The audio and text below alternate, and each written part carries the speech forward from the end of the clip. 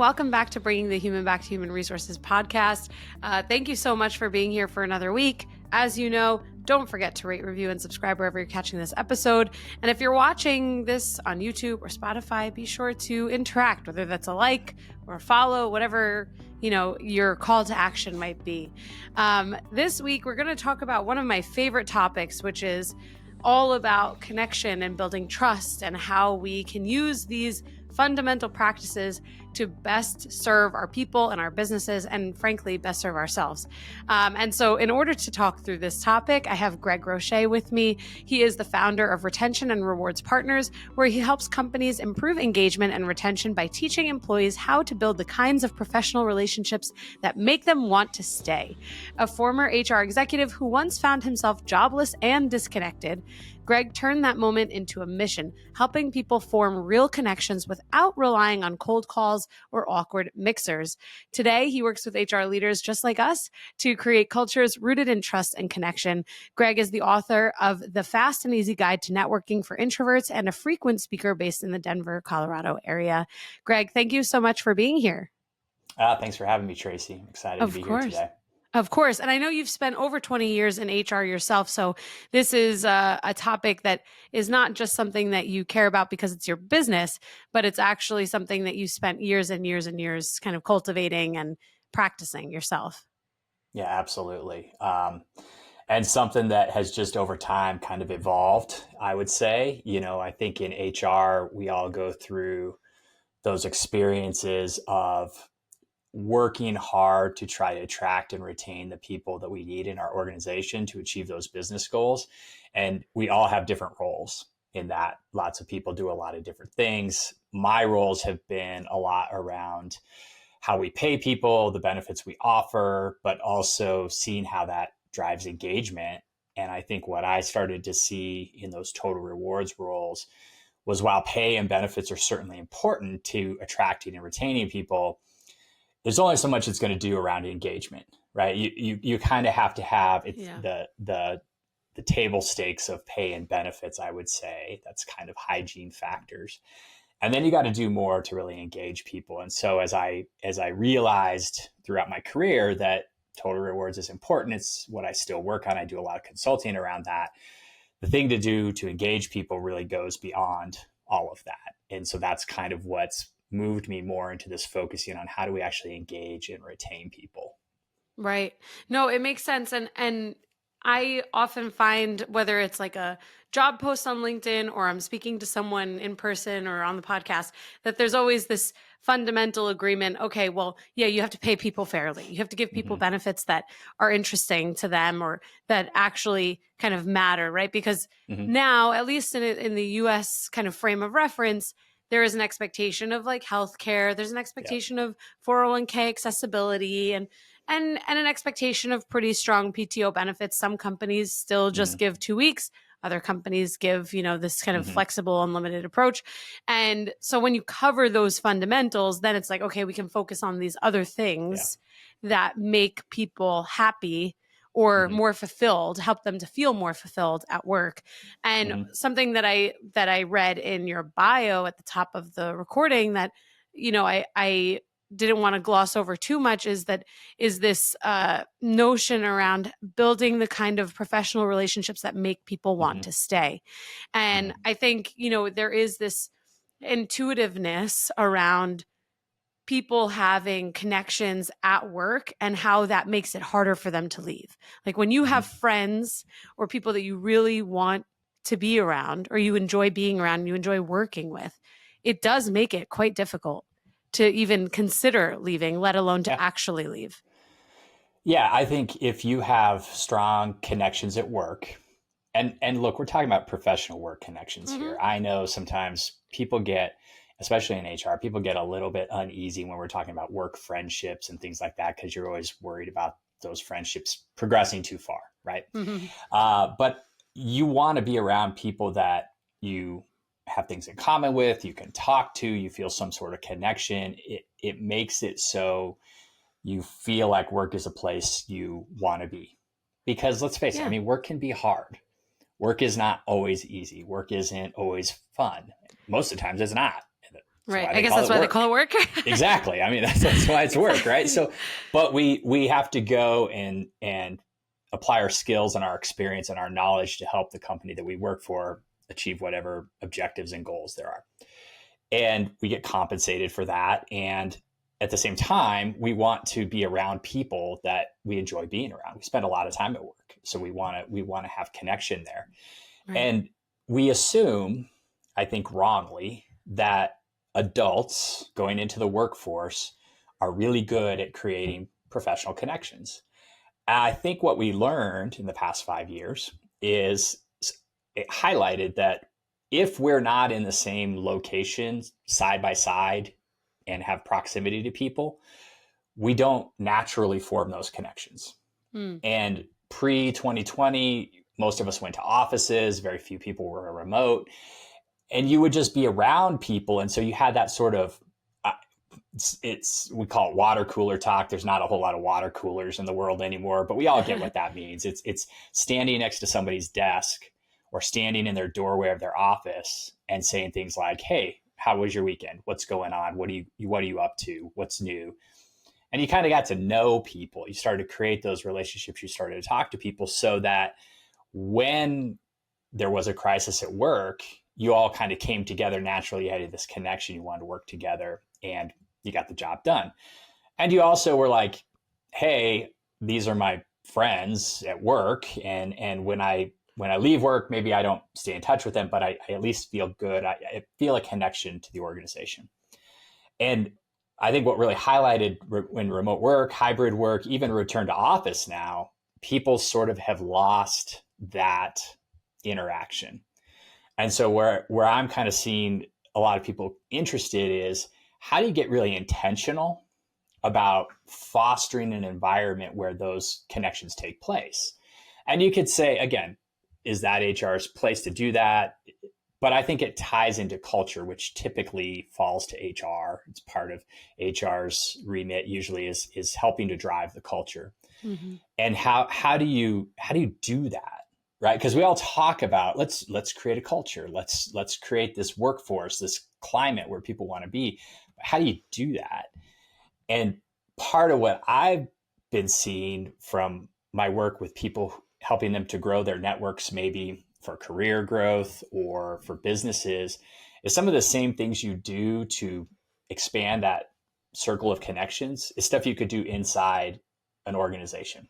Mm-hmm. And as an individual employee, it's something you can do to professionally develop, to get to know people in the organization, to understand what's going on in other parts of the organization, to find opportunities for yourself. But as an organization, to create, again, that environment where that happens, the benefits are you've got people working across teams, breaking down those silos because they know people, collaborating better, innovating better, solving problems faster, and they feel more tied to the organization when they, again, intentionally grow these relationships so that they are more engaged. And the problem that solves is and I describe this as sort of stepping over the line. And the reason I call it that is because in my career in Total Rewards, I was always the person that the executive came to on Monday morning and said, "Hey, we got to do a counter offer for my best employee who just came in and handed in their resignation." Mm-hmm. Mm-hmm.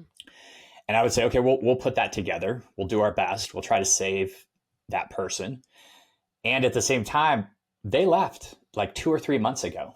Mm-hmm. They left when whatever was going on at work got so hard that they took that recruiter's call and took that first step over that line and started on that journey.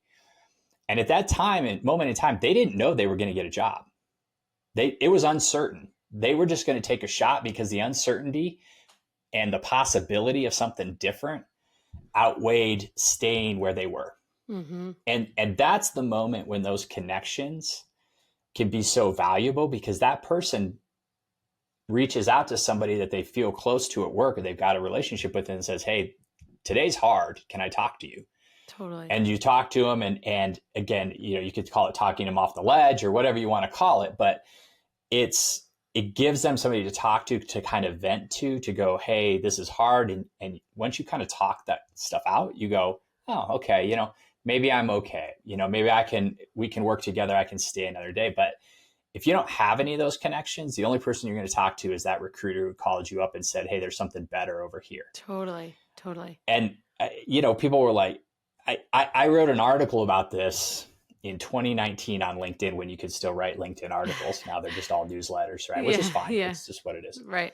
Yep. And I wasn't even thinking this was going to be anything big, but I've been thinking about this whole journey of people leaving organizations and what does that look like? And it was called, what happens right before your best employee quits? And it was this whole thing I just described of stepping over the line. Yeah. And I published it like on a Friday afternoon or something, and I just kind of forgot about it. And like Saturday morning, I had thousands of likes.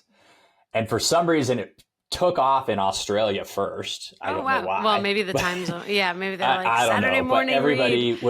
was liking it, and I ended up with like 3 million impressions, Wow. like 25,000 reactions, almost 2,000 comments. And the most common comment was, I totally understand this, and this is exactly where I have been, where I am now, how I'm feeling about work. This whole idea of, I feel like I'm about ready to like take this step and start looking for something else, or I just did that. And it all came back to, I didn't really have anybody to talk to. I didn't have anybody I knew. I didn't feel connected to anybody.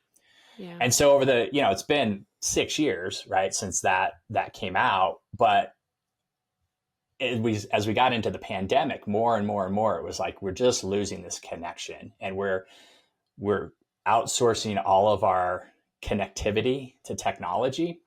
And the more technology we get, the less connected we are. So it's like, how do we get back to creating that connection within our organizations to drive a lot of things? But the most important thing is this engagement and retention that keeps people in our organizations, because they feel like it's a place where they know people and they trust people and they want to stay there.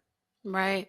Well, you've said a number of things that I think are really important to highlight also, especially from the perspective of being an HR practitioner or leader within this space. So one of the things, and especially in terms of this stepping over the line concept that you have, and how when we are having difficult days, who we can go to, it can be quite difficult, as you know, when you're in HR and you might not have anyone that you can really talk to so openly about what is making your day or your week or your month or your quarter so difficult. And especially I think of those smaller teams, smaller organizations where maybe it's like a party of one. Who do you talk to sometimes? And I think companies do have to think about that. So often I think there's this heavy reliance on HR to just have the answers, do the job, do the thing. And, with so many competing priorities, having to balance the business and the people and being an employee yourself within HR, I think it can be, somewhat of a lonely place, depending on how you cope with whatever difficult decisions or actions you have to take. And certainly the higher you climb in your career, I think the more alone you are. And you have to, at some level, you either are thrust into that and you realize it the hard way, or someone kind of mentors you along the way and says, look, your relationships are going to look different as you grow. And so that was one thing that I was thinking about, is that like in all of this, maybe a non-HR employee has an easier time potentially creating those connections. And yet at the same time, when I think about even my own career, there were people who I confided, not confiding everything in, obviously, because there is a limit to what we can share. But there are connections that you can establish outside of HR that really do help fundamentally impact your experience as an employee, let alone as an HR person, because there is kind of like a bifurcated thought there in my mind. It's like, you're an HR person, and then sometimes it can be hard to establish connections because of that.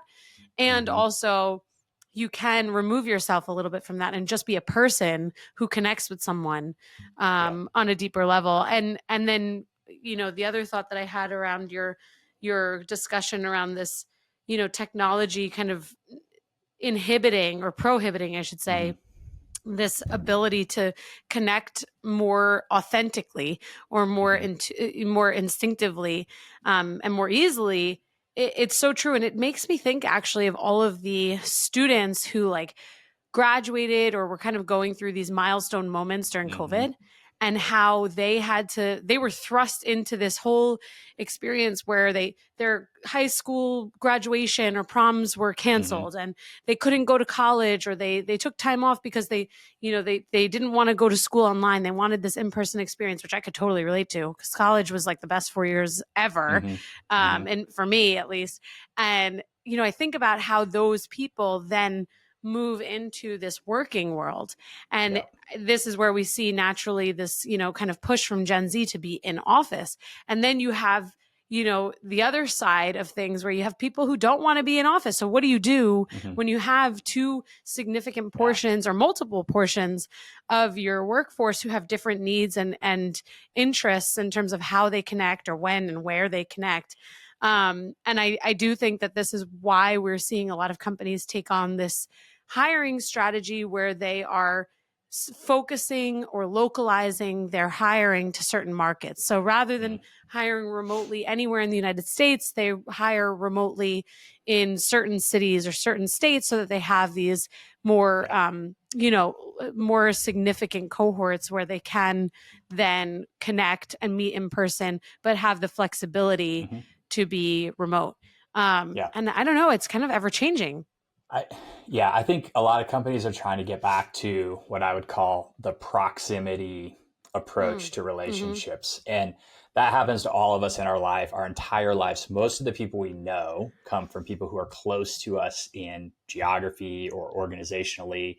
When we were growing up, we just lived in a neighborhood. We didn't really pick it. Our parents decided where we were going to live, kind of where we were going to go to school. And you just connected with the people around you, right? And Yeah, maybe better with some than others, but you found a way to develop those relationships as you went through school, and then you picked where you went to college. But again, you didn't pick who else was in college there, and right. so you ended up in a major, in classes, in organizations, and those people became your connections.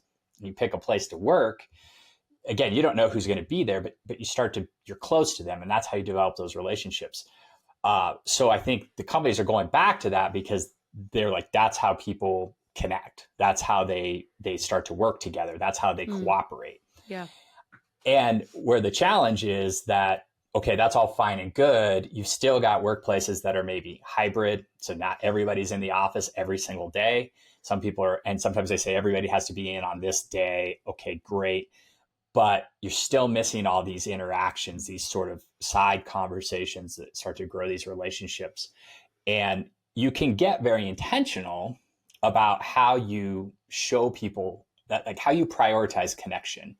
And I just don't think most organizations, they want to do it very top down, right? So return to Yeah. office is a very top down strategy. You're all going to get in one place and this is going to take care of itself. Okay, might work, might not. um, Engagement generally comes in the form of, we do an engagement survey, right? So most companies go, I want to do an engagement survey to see where we're at. So they do this big survey. Some of it do it different ways. There's better ways to do it these days. But you get all this data and it says we need to focus on these areas. And then everybody gets together and does an action plan. And we kind of roll that out. We go, okay, we worked on engagement. Did you really do anything there? Did you really get anything done? And a lot of this is because it's all coming top down. But if you start focusing on teaching your employees or prioritizing your employees that it's important for us to have connection within this organization, if you almost make it a cultural value of connection, then you start to say, and this is what this means. I want you to reach out to somebody that maybe is in a different department. You've gotten an email from them, so you know their name. It's in the from line of the email, but you've never actually talked to them on the phone or in person. And I want you to put 15 minutes on that calendar. I just want you to talk to them and say, hey, we trade emails and we work together all the time. I don't know the first thing about you. We just love to talk to you a little bit about who you are. Yeah. And if that's awkward, to say, how'd you get here? Right? What was your path to get here? Like, what was your journey to where we are today? And they're going to say, however that happened, and then you tell them what happened with you, and that now you know a little something about that person. And instead of just a name in a from line, they're now a person, and they're now somebody Hmm. you've talked to. And you know what? If you have those little conversations and you start to have more of those, you know how easy it's going to be to work together when a crisis happens, when a problem arises? You just pick up the phone and you're like, hey, how you doing? Like, this came up. I just need to talk to you about it really quick. Right. And you talk about it and you solve that. And then you move on. And you don't have to get a meeting together. You don't have to get committees together. You solve the problem because you're two people that have a relationship and figured it out, not two people who are unknown and just trying to guard their own little domains in the organization. Sure. Sure. And I mean, I've told people to do that. That works. I've done it myself. I can't tell you how many times in my corporate career, when I had some relationship with somebody in another part of the organization, for me, usually in compensation, it's finance or it's payroll. If I have a really good relationship with that payroll director, because something's going to get messed up, like the comp team is going to put something wrong on the bonus file, or some comp change needs to be reversed, or maybe we didn't mess up, but we just have to fix something. When I know that person and we've talked and we have a relationship and I call them up, they're like, okay, we'll get it done. You know, they're not happy. They're going to help me. If I show up and I've never talked to them before, they don't know who I am. They're like, who are you? I'm going to have to get our bosses involved. I don't even know if I want to do this. Totally. So those things, like, that's how you connect with people. And then you feel like, I'm a part of this organization. I belong here. I know people here. The people who are here see me. And you start to build those things like psychological safety. You start to build trust, all those things we talk about doing. And people go, let's do that. But they don't know how. And what I'm proposing is these little small intentional acts of connection that can happen throughout the day, that if you as a leader prioritize that with your team is going to become much more effective. Your people are going to become much more engaged. And then, you know, your organization is going to function much better. But I think a lot of people are like, that just seems too basic. That seems like too low level. Like, we need a bigger, broader organizational rollout or initiative on this. And it's like, you really don't. You really just need to make this a priority and tell people, these are the things I want you to do and I expect you to do. Now, there's more to it, because not everybody feels comfortable doing those sorts of things. And I try to help people who are more introverted do these kind of things. But I try to, there's techniques and approaches and things you can use to make these conversations a little less awkward, a little more comfortable. And again, when you prioritize and when you do these things, not only are you going to help the organization, but again, for the individual, you're going to open up your career possibilities, because as you get known within the organization, as people know who you are, know what you can do, they're going to say, hey, want to help me on this project? Hey, we need somebody on this. Or, hey, we need somebody in this role. It's not exactly what you were doing before, but you seem like you'd be a good fit. So there's benefits for everybody on this. And it's just, most organizations go, well, that's what everybody does naturally. And my contention is they don't. Like, people are not natural connectors.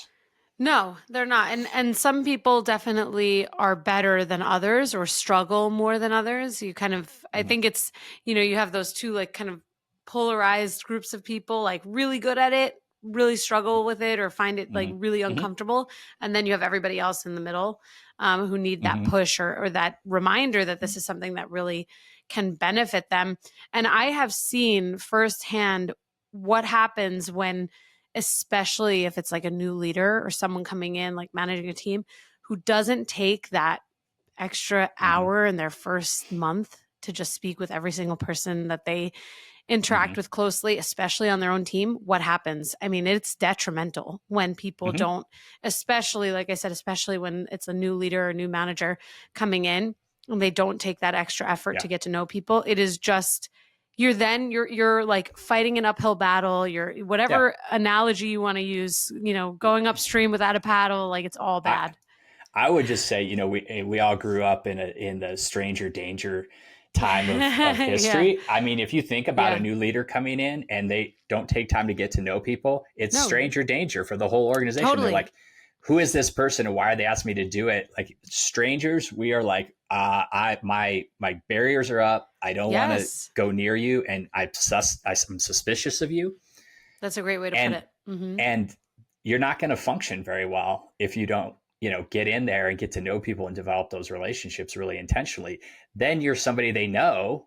And again, once you know somebody, you're willing to go a lot further to help them out, and they're going to help you out. And Totally. like I said, we expect this to happen. And I think the world we live in, we're getting worse and worse at this, like in every Hmm. aspect of our life, but especially at work.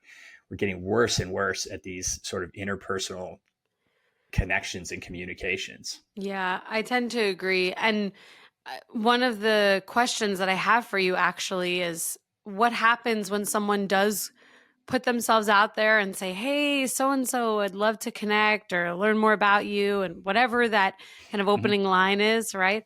And then the other person doesn't respond or doesn't, Mm-hmm. says that they don't have time and they Mm-hmm. basically reject someone, which it happens. It's Sure. happened to me. Yeah. I see it, happen to others. What's your recommendation there?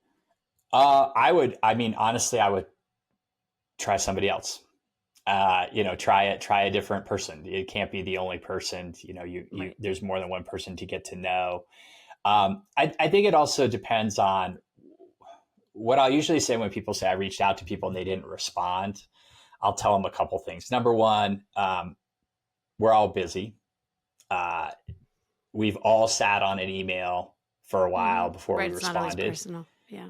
Yeah, don't take it personally. They may have, you don't know what crisis is going on in that department. So again, I would say first off is assume good intention. Assume that they're not just avoiding you, something else is going on. And if they say something like, and I've had this happen to me before. I was trying to reach out to a leader and I said, hey, I would love to like talk to you for, 15, 20 minutes, just kind of see what your priorities are and just kind of get to know you a little bit. And their assistant responded to me and said, what is the specific issue you want to talk about? And so this person was prioritizing issues and things over relationships. And I kind of took that as, okay, I'm going to have to maybe try a different way, come at this person a little bit differently. And when, in that case, when I did have an issue, right, I was like, hey, I need to talk to you about this. Kind of tagged on the, hey, tell me a little bit more about what you're Yeah. focused on, what your priorities are, stuff like that. So I think it's easy to feel dejected if you reach out to somebody and they don't respond. Like I said, they may be super busy. Maybe they didn't even see it. So you might have to do that sort of like, hey, I just want to make sure you saw this. I understand if it's not a good time now, let me know when, Right. maybe in a few weeks you're not quite as busy, we can get together. I think this highlights, though, you have to be doing this uh, over time. You Right. can't just wait until it's an emergency. You have to start today, which is what I always tell people when I'm talking to them about connecting. Connections and relationships take time. You got to start. And if you want those relationships, you have to initiate them. Uh, I tell my kids that I got two kids in college and tell them both, if you want to have a group of people you hang out with, you're going to have to be the one that initiates it. Like Yeah. people are going to sit Totally. around and they're not going to want to make plans. You have to be the one that says, hey, let's get together and do this. Now, Right. if you're uncomfortable doing that, you're going to have to find a way around it. And I'm one of those people who's normally uncomfortable doing that.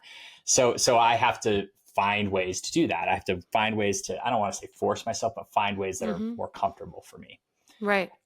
Same sort of thing in any organization. You can't just be like, hey, I'm trying to like get to know people. I mean, you can, but some people might be like, that's weird.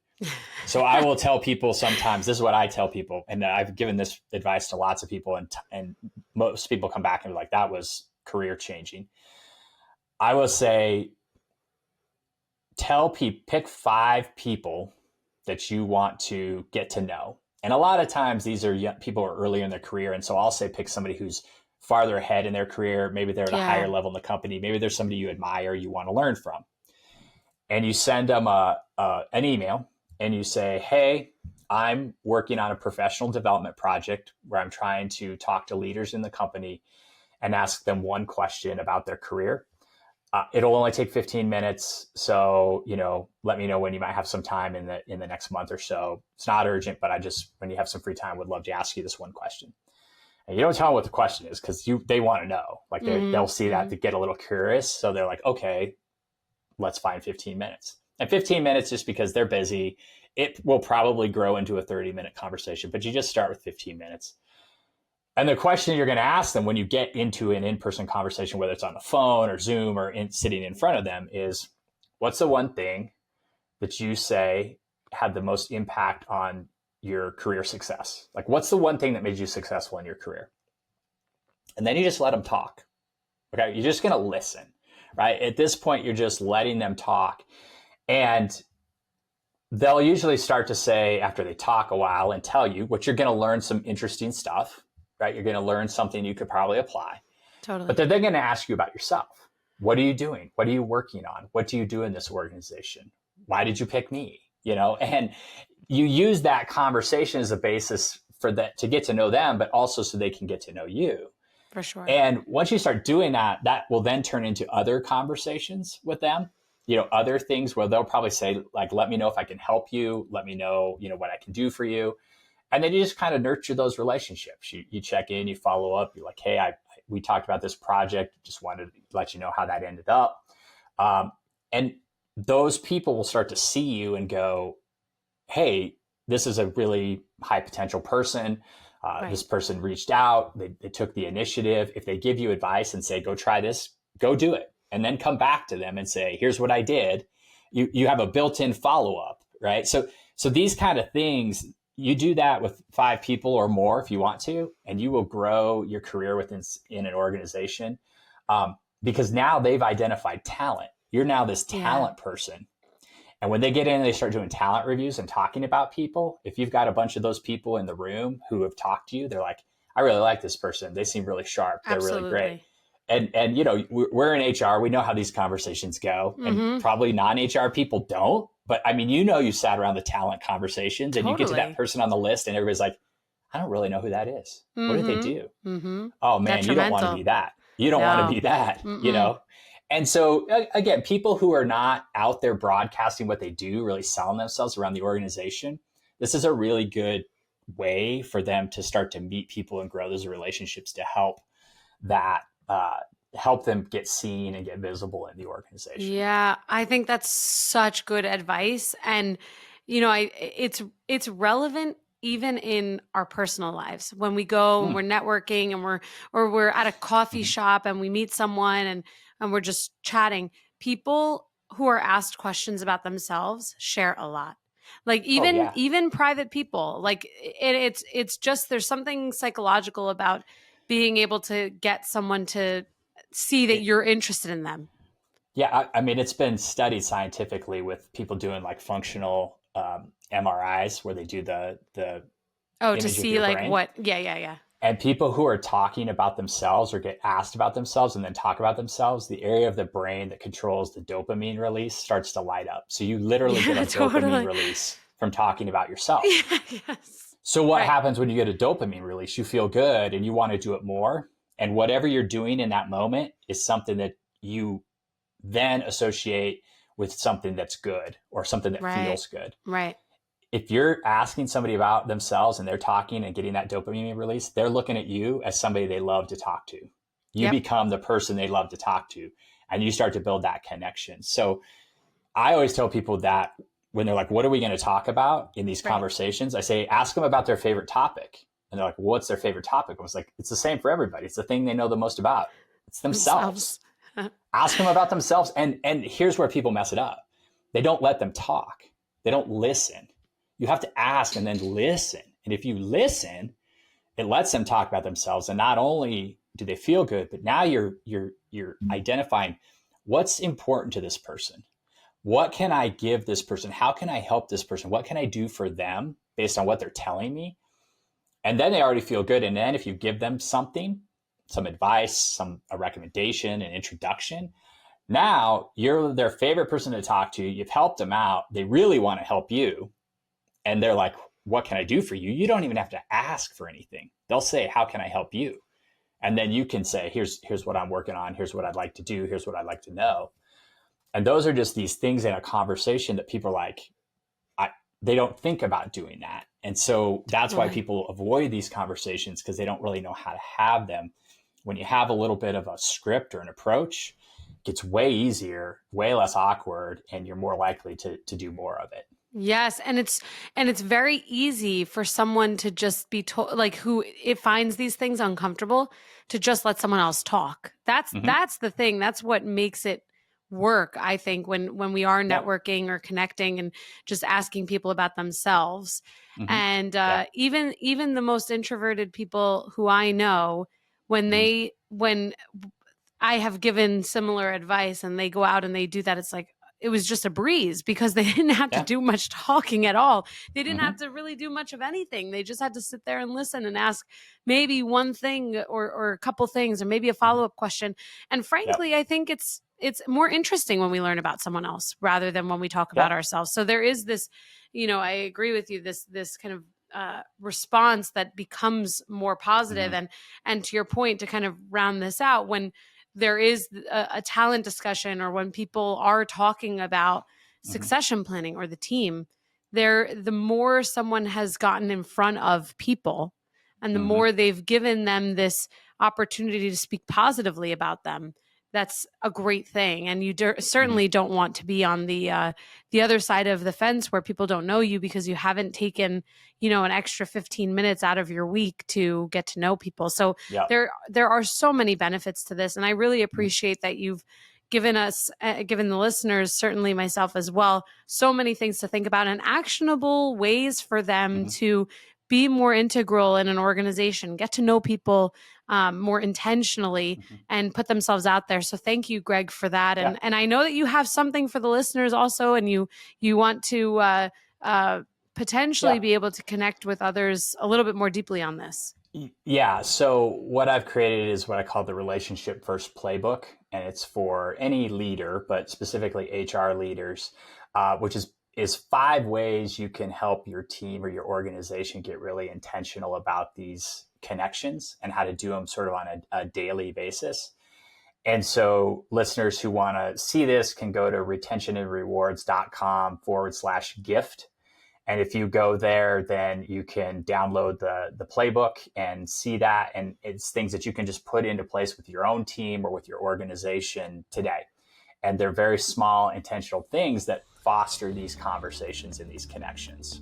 Amazing. Well, Greg, thank you so much. And we'll have that certainly in the show notes. Where else can everyone connect with you and maybe even see all of the fabulous things that you put on LinkedIn as well? Well, again, retentionandrewards.com is my website, but I'm on LinkedIn posting every weekday. So if you go to LinkedIn and look up Greg S. Roche, you'll find me. You'll find my headline says Greg, aka the Introverted Networker Roche. So I refer to myself as the Introverted Networker. That's the name of my newsletter. But if you go find me on LinkedIn, you'll find links to everything there, and you can get in touch with me or find me any day of the week. Amazing. Well, Greg, thank you so much again. And I'm eager to hear all of the insights that the listeners hopefully have following this episode to, better acclimate themselves to a more networking focused experience where they really do connect with more Yeah. people more intentionally. So thank you so Yeah. much. Thank you. Great to be here. Hey, just before you go, don't forget to subscribe to this show so that you are the first to hear when an episode drops each week.